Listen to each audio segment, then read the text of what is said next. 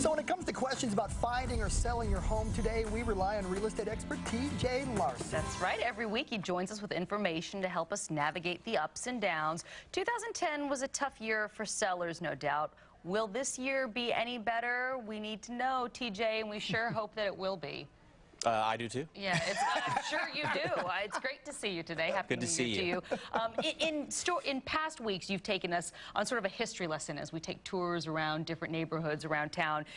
What does history tell us about what we can expect in this new year?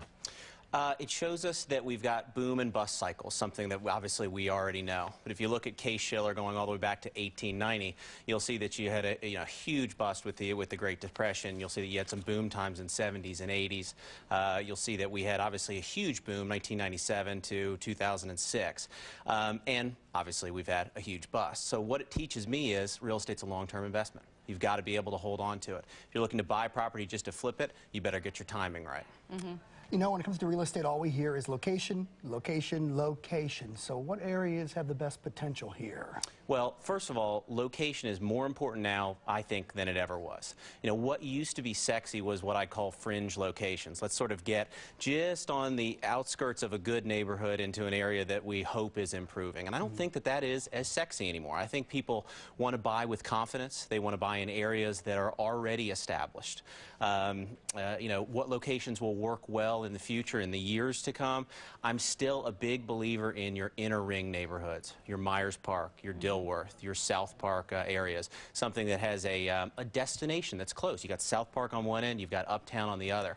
Another area that I like is lakefront property, Lake Norman, Lake Wiley, Mountain Island Lake, and try to get on lakefront. There are unbelievable deals out there that are actually waterfront that typically would be cost prohibitive. So how about some areas we can afford?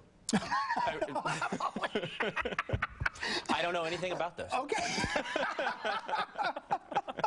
But really, you can't go wrong with any of the areas you just mentioned, I think. But so stay away from the fringe stuff, as TJ mentions. Yeah. Do you think this year will be a buyer's market or a seller's market? It's absolutely a buyer's market. There's no doubt about that. And there's a lot of factors there on that. But, you know, you've got low mortgage rates right now, and that in alone, you know, in itself actually makes it a buyer's market.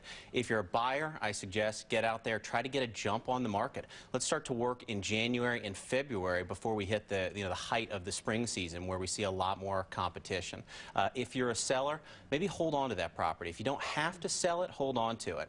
If you're a move-up seller and you're going to buy something that's bigger, let's talk about offsetting the loss that you might experience on your smaller property and picking that up with a gain on a bigger property. You know, if you can afford to do it, rent your property that you have and then buy another property. If we would all agree right now that the market is at a low, wouldn't it make sense to try to hold on to property and to be buying at this point? Yes. So when do you think we'll go back to that time like we saw in 2006 when we were in a boom? How long is that going to be?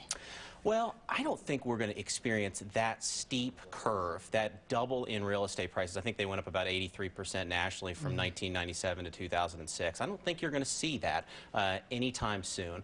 I think what you're going to have over the next 10 years is you're going to have some real estate that is a solid investment because you've got lenders that are not doing subprime mortgages as much anymore. You've got echo boomers that should help fuel that. I think we're probably going to see 1 to 2% overinflation as far as increases of house prices. Okay. TJ Larsen, thank you so much. Don't forget to check out TJ's website, mytownhome.com. Again, it's mytownhome.com. Good to see you as always. Good to see you. Thank you very much.